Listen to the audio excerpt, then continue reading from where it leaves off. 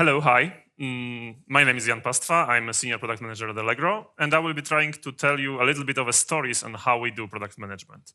The funny thing is, I will probably follow on many topics that Victor and Eva were talking about, because it's all about agile approaches, and I will show you some practical examples of how we do it. My plan for today is to show you three stories, to tell you three stories about the team, about building something bigger than a team, so cross-team feature, and something big overlapping change, which we done on this in our company. What is an experiment for me? I would like you to stop me with questions if you have some. We'll see whether it will work or not. If there will be something on the later stages, I will tell you that. Just wait for a minute. So stop me with questions, raise your hand. We will try to handle those on the way. Few words about Allegro. Polish people probably know this, but for everybody else, just few steps. In Poland, 36% of e-commerce journeys starts at Allegro. So people are starting by entering Allegro.pl and searching for something. So 1/3 of people really starting there. Also 1/3 of people is ending there. So we have a pretty big position in Polish market. But that's not all. We sell all kinds of stuff. So we have 500 million offers, and starting from electronics, ending at some very weird phishing stuff, everything you can find on Allegro. This is delivered by 7,000 employees. So multiple people are working on that, both in technology, but also in delivery, in all kinds of services you need to do to have a marketplace like this. And we are now in 4 countries. People from Czechia know that because we entered some time ago, but we're also in Slovakia and Hungary. And one of my stories will be actually about going international and how this change was done here. And what is maybe technically interesting, it's more than 1,000 microservices, more than 1,000 things working inside, and multiple teams taking care of that. So it's kind of a big scale organization. What is important to understand the context is also this e-commerce, and especially e-commerce marketplace is specific. Everybody is dog fooding, everybody is using our product. If you work in a bank, in some corporate, you may not use your product, but everybody is buying, dishwasher tablets every day. So your mom is doing that and you get feedback from your mom. Your CEO is doing that and you get feedback from your CEO all the time. So that's one thing that you have to take care of. The other thing is that we have a challenge of being a big part of the market, and we have both sellers and merchants. And in that relation, we have to be kind of a market regulator. So ensure that interests of both sides are there. And it's sometimes hard. And with the big position in Polish market, we also have a challenge of being on the bright spot, or rather, many times we are watched by competition office. So we are checked whether we are doing a proper thing, whether we are ensuring the market is properly correct. You know probably stories about such marketplaces using their positions. We cannot do that. We are being oversighted pretty much. So that's one part of the specifics. And I would like to tell you the story starting from the team, so the usual unit of the organization, and how those teams looks in our case. Standard 2-pizza team, you all know this, we all know this. So we have engineers, we have engineering manager, and me, in this case, product manager. Sometimes there's 1 PM for 2 teams, but this is usually the way. As it should be, teams are responsible for development and maintenance of some specific area, with their metrics, with their goals, which they have to set up, and they work together to deliver those goals. What is maybe interesting thing, and I think it's working pretty well for us, is that this EM and PM report to the same manager. So they have some kind of called senior engineering and product manager, who is handling 3 to 5 teams, kind of a area, as it was called, or value stream part, and take responsibility for all of those. So we are all in this together. We try to cooperate on that. Teams at scale, it's something different for the organization. If you have an e-commerce shop, like you have probably in your countries, you have probably some teams taking care of that. So you can imagine you have team which is taking care of the part of value stream from entering the page till adding to cart. You can imagine that you have a team taking care from adding to cart to finished payment, so taking care about the financials here. And you can imagine that you have another team taking care about finished payment till delivery. And let's call them search and select, order and pay, and deliver. In case of Allegro, we also have this merchant part. So we have sellers who are selling things to these customers using this process. So we also have registering merchants till settling, another part of value stream. And we also have a platform. We need to maintain this for the big scale we got on our platform. And this looks nice, 5 teams to cover it all. But actually, in Allegro, we are on the scale that we need 40, 30, or 80 teams to really do the thing here. So all in all, 270 teams, it's a judging number, which takes care of these processes. It's a pretty complicated organism, and to deliver on that scale, you have to have a lot of practices to take care of that. I will tell you a few practices we do, and we try by these practices to ensure that we can really deliver these things, even though so many people are cooperating on those. First story. Once I got the message, 2 people will join your team. It's always a happy message for the product manager, but they will be not interns, and they will only be staying for 3 months. What has happened actually is that in our value stream, a new team was created, and we decided that because their product will be connected to ours, they will have some common parts. They are sent here for reconnaissance, to do something, to learn about our processes. They were new joiners to Allegro, so also they were learning the domain, but also in this stint as in our team, they were learning the culture. We call them the tourists. So the tourists are coming and visiting us for some time. With a mission, they have a mission. They know that in some time, in 3 months, they will build some new product. They know the goal of this product. They know what we're gonna do. But they will learn both the domain and observe also culture and behaviors of the organization. So they will not learn it from some presentation given by HR, but usual practice as we do it in already existing, already working teams. From start, they knew they will create some new products, so they can focus on learning the parts that they are interested in, but they will deliver normal work as a part of a team that I'm working currently with. After some time, those tourists, which were sent to different teams, will join together to create a new one. And this new one team will have both domain knowledge for all the things that they are interested in, and have the culture and observation skills, all the things that you learned when you work with other teams. And that way, they can create their own culture, their own thing, connecting the parts that they like from different teams they work on. So it's a way of sharing also domain knowledge, but also the culture organization, and it is pretty important, as I show you in a minute. You actually never stop being a tourist. So it's not only the thing that you do on the start of the work, you are doing it to learn new things, just send as a reconnaissance during your work. Sometimes you need to realize the task in some other team's area, in other team's repository, in other team's service. That's also the way to do so. Sometimes people are taking sabbatical to do product management, for example, or be a data analyst for some time. So you can really have a change of scenery during your work. And the part of enforcing, as Eva was talking, is also that developer, you are expected to tour, to have a tourism before you get a promotion. So you need to go to other team and really experience something different. You can choose what, but you have to do so. What you get with teams and this setup, from one thing that you have competent experts working together. They learn both domain and the culture. The connections built during the tourisms and other practices are really helping destroying silo. In this scale, 200 teams working on different things in different areas, it's really hard sometimes to get connected, to find out the knowledge that you need. And these connections, because I was tourist on this team, I can ask them, I know the guy, I was working with him, that's really helpful. And it's also a fun environment, so helping in value delivery. For fun environment, I've taken some real team names that are in our area, and you can always look for Slack channel for this team and ask them about what is happening in this area, what are their goals, whether they will work it with you or not. I'm looking for questions, but if not, let's go forward.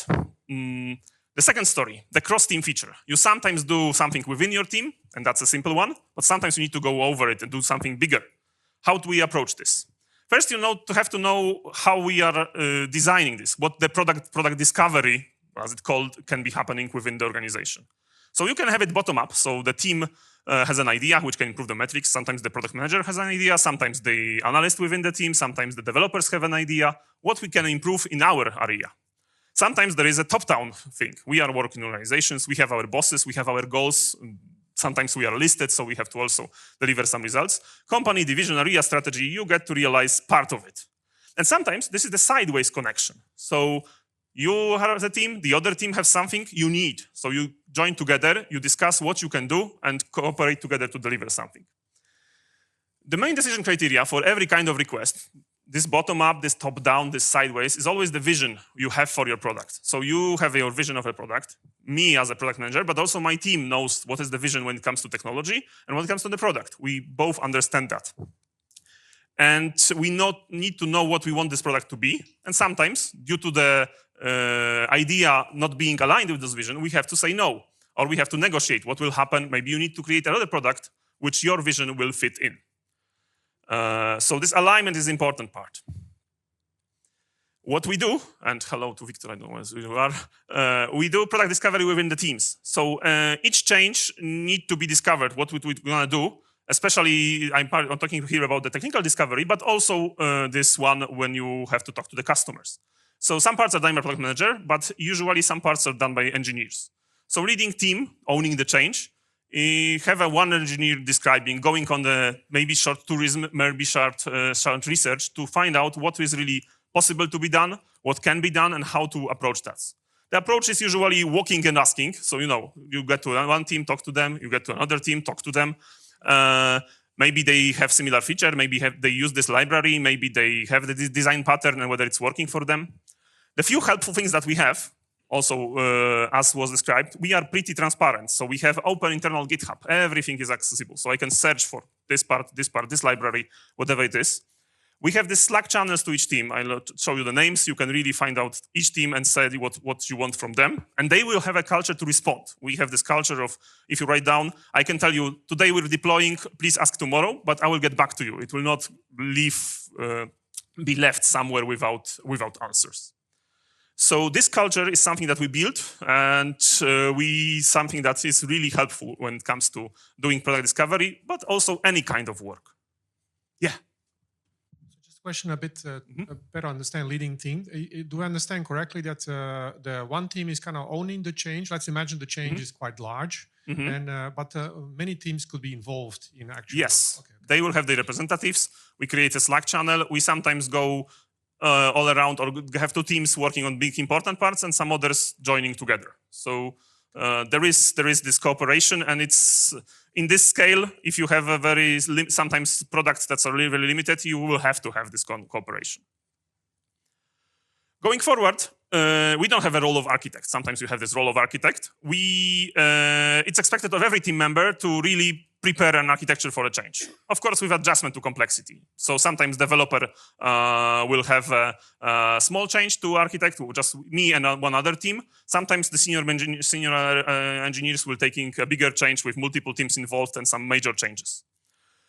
We have this role of principal senior engineers, which are doing the bigger changes. I will tell you about the bigger change later. And usually the way to go is to organize a meeting with all the team representatives. So you have all the people involved in the same time. And what we do then is analyze the options, what we can do. So don't say, we will do it this way, but you have this ownership of this product. Tell me what we can do to use this product, to use your knowledge, your ideas. Maybe you have some experiences in what we're trying to achieve. We need to contact other teams, write and consider ADR, the architectural design records, also to know what is happening, to describe for all parties why we are doing this way.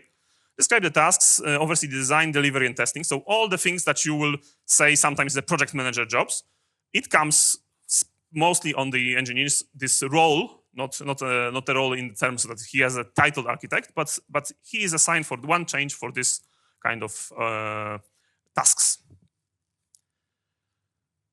One thing that helps us much is the infrastructure. So in this scale, we have a big infrastructure, microservices, but we can, what we learned is that it's pretty good to set up a rough prototype of something going through multiple teams' services and just build it and show other teams how it's going to look like. Of course, it will not be fully working prototype. We have our virtual test environments when we can create whole Allegro basically, but with some changes. And we build on that, showing the other teams, we plan for your change, your service to do this or to do that. And we have some rough prototype on this, in line of doing something small to show what's happening. And what we found out is much better to show code working or some idea for the code working instead of documentation to other team, because they will review what they are given, they analyze changes. When they see real thing interacting with their services, they will be interested how you can break my thing, what is going on really. So it's much easier to do real work instead of doing big descriptions, architectural documents, and stuff like that. Of course, you need to document it in the end, but it's not the most problematic. What is also helping is this culture of helping and safeguarding. So, there's questions, sorry. Every team has its services owned. They're owning the services. So they have the final decision whether something goes to production or not. You can propose a change, especially on a test environment when no customer will see it.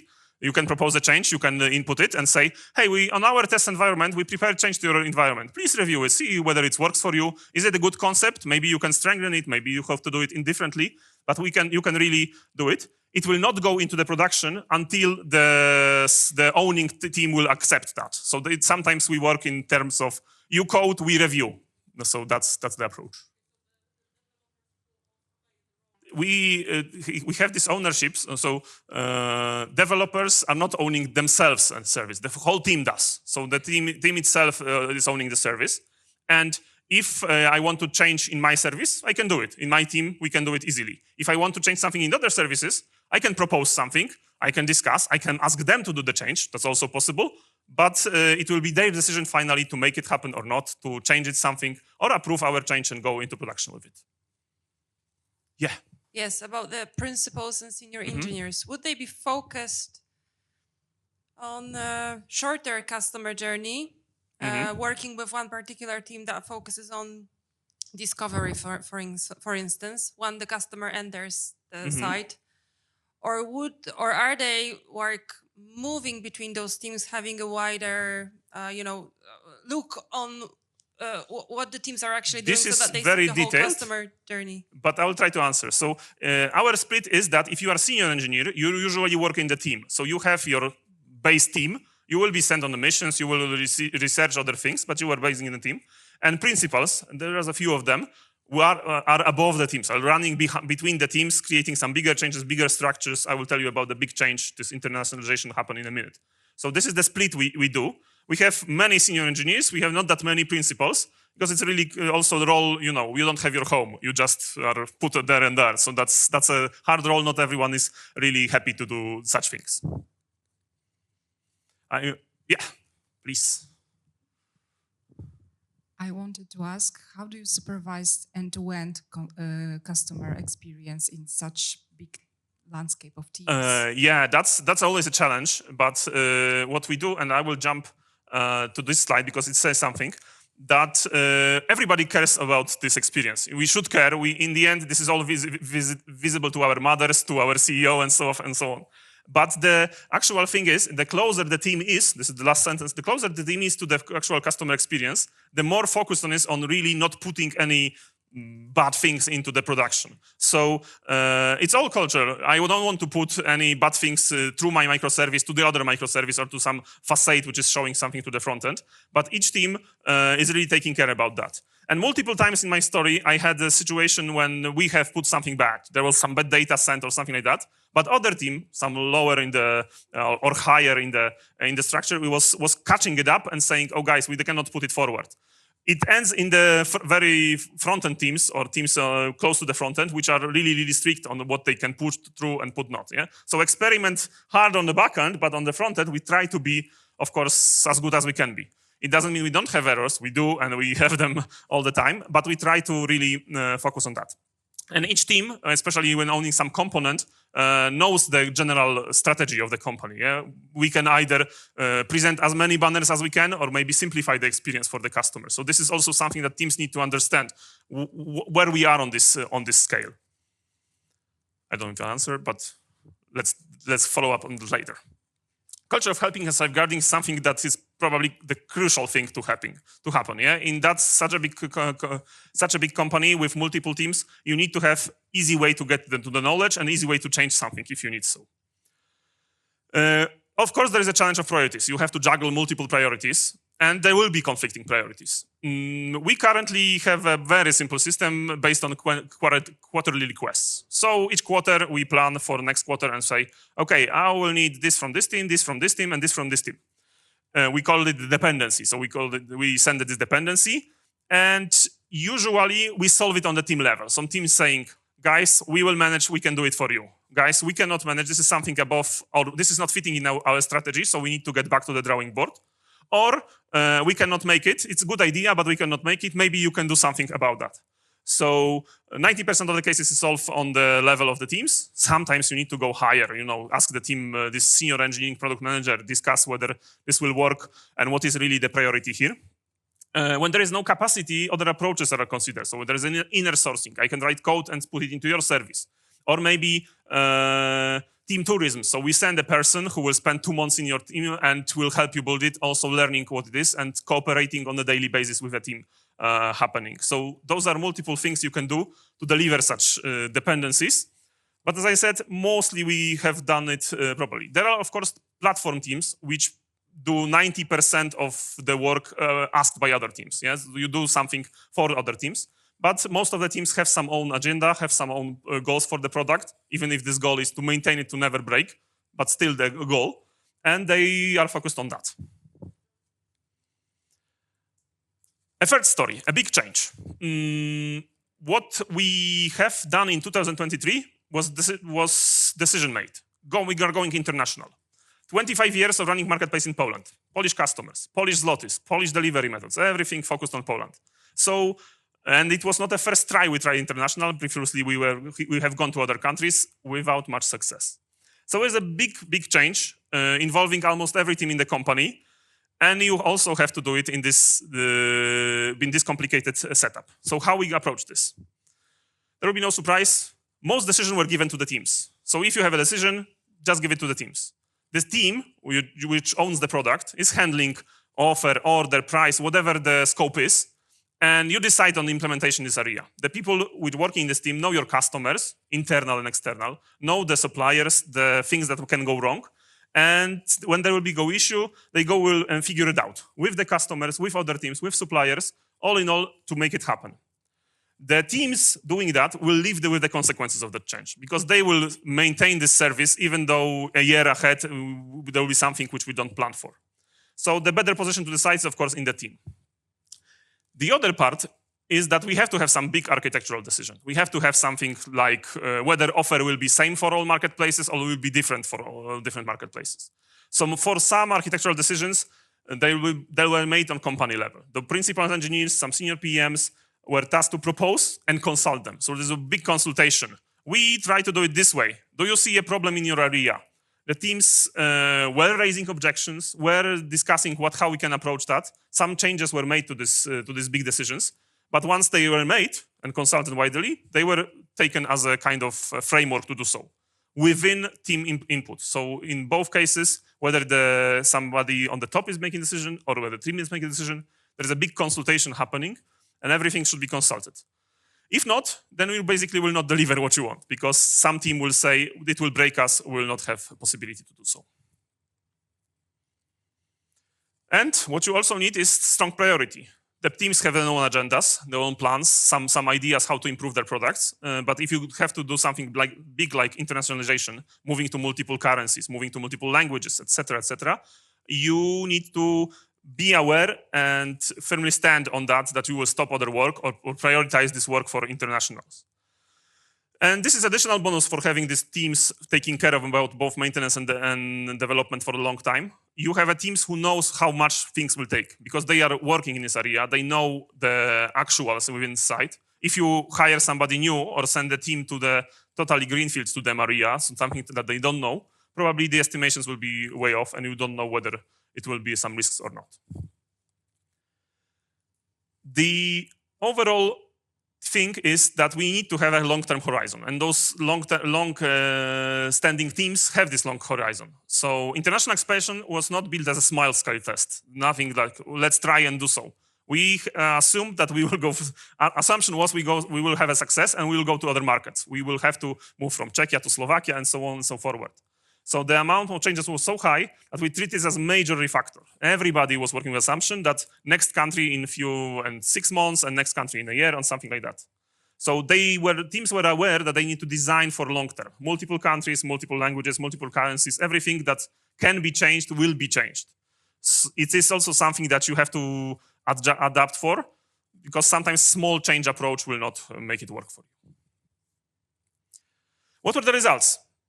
After 1 year of work, so pretty short for such kind of a project, Allegro CZ started with 100 million offers to be bought. Right now, we are in Slovakia and Hungary. We have 20 million active buyers from all those countries. So in each country, there is multiple millions of buyers who are buying from Allegro. Of course, it's not the position that we have in Poland, but still we are working on it. And the platform is ready to go anywhere else. I will not tell you where. This is not something that I can share.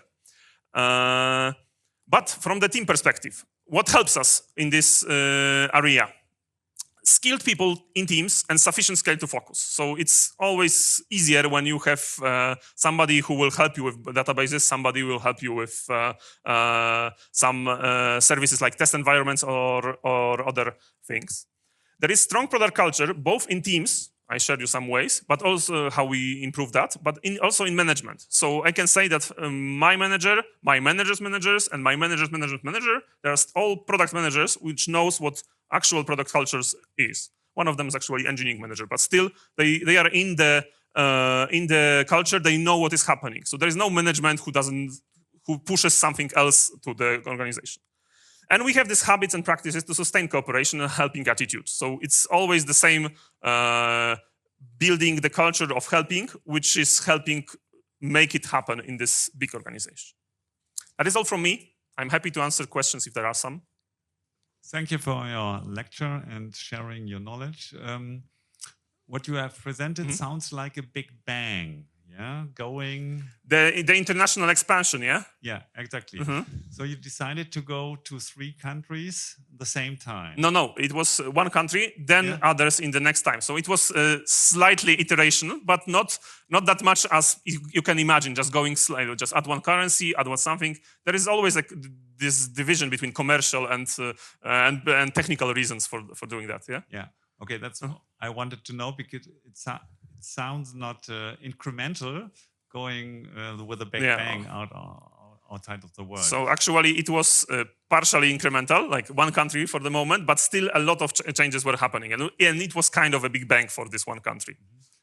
So what is your experience? Because the countries are different. And so how fast you integrated the lessons learned into the next step? We started with the assumption that we will go forward with the next countries, like half a year or something. So we know that we'll have to learn. And the teams were, there was some areas that we know we have to learn about it.